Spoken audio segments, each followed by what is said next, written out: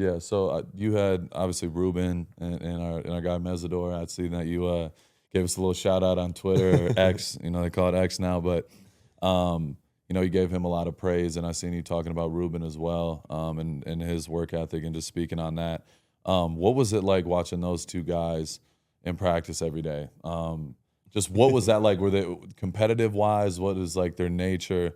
And just how fun is that as a coach just to watch them compete? Yeah, a lot of times it sucked because they blow up practice. You're trying to run a semblance of an offense, man. And luckily for us, we had Francis, a first rounder, and then honestly, Markel Bell, if he had another year of college, he'd be a first round guy. Yeah, we thought we were going to get another year, but yeah, those guys are. I say it often, and I mean it in a complimentary way. It's Jurassic Park. I mean, these creatures are just. Every day, man. Yes. And we don't do much 7-on-7 pass. We do actual team pass, so that we want the defensive lineman to be able to close on the quarterback without hitting him, and we want that guy to work his pocket presence and extend plays and work scramble drill. But my Lord, it is you hold your breath sometimes because things get launched. Close. You see like chin straps, ear pads.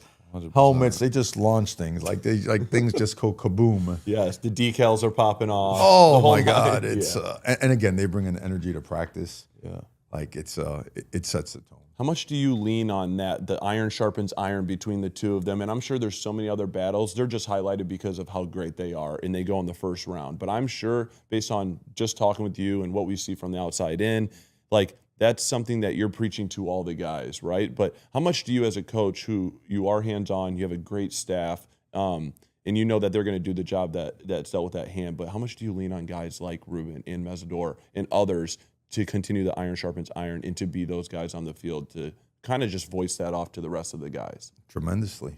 I mean, they're first off the bus. They start us off in practice.